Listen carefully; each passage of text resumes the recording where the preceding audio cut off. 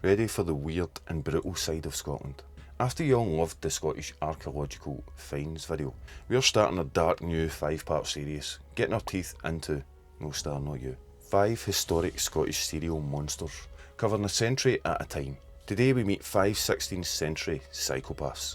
These are 5 individuals who systematically took lives, one by one, and the most chilling part, you can still visit the exact Scottish locations where they hunted today. First up is Ian Dhu MacLeod, known as Black John of the Blood. If you visit the stunning Dunvegan Castle in the Isle of Skye today, it feels like a fairy tale. But in the 1550s, John turned it into a house of horrors to seize control of the clan. He didn't fight a war, instead he systematically invited his brothers and nephews to dinner, one by one on entirely separate occasions, and had them eliminated at the table. He quite literally wiped out his own bloodline for a title. Next we head north to the Earl's Palace in Kirkwall in Orkney. This beautiful ruin was built by Patrick Stewart, or Black Pate.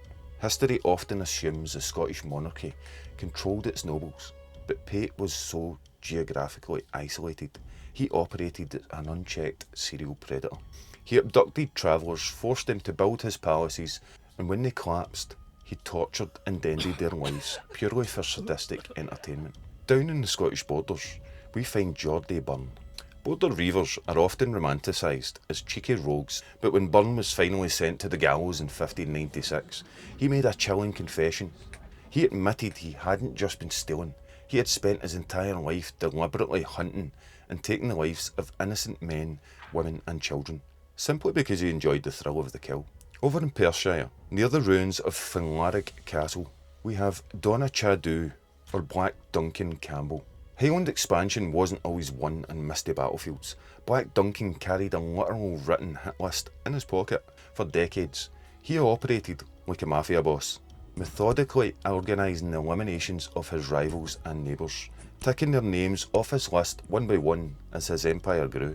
Finally we head to the dramatic cliffs of Caithness, to the ruins of Castle Sinclair Girnigo. George Sinclair used his dungeons as a personal chamber of horrors to quietly eliminate his enemies, but his most horrific act, he locked his own son in the dungeon for 7 years, feeding him heavily salted beef and refusing him a single drop of water until the boy went mad and died of thirst. It's a chilling thought that the stone walls of these spectacular Scottish landmarks hide such calculated, cold-blooded history. Make sure to like, share and follow Revealing Scotland, and let me know in the comments your favourite bizarre, brutal and weird Scottish stories. You never know, we might just cover them.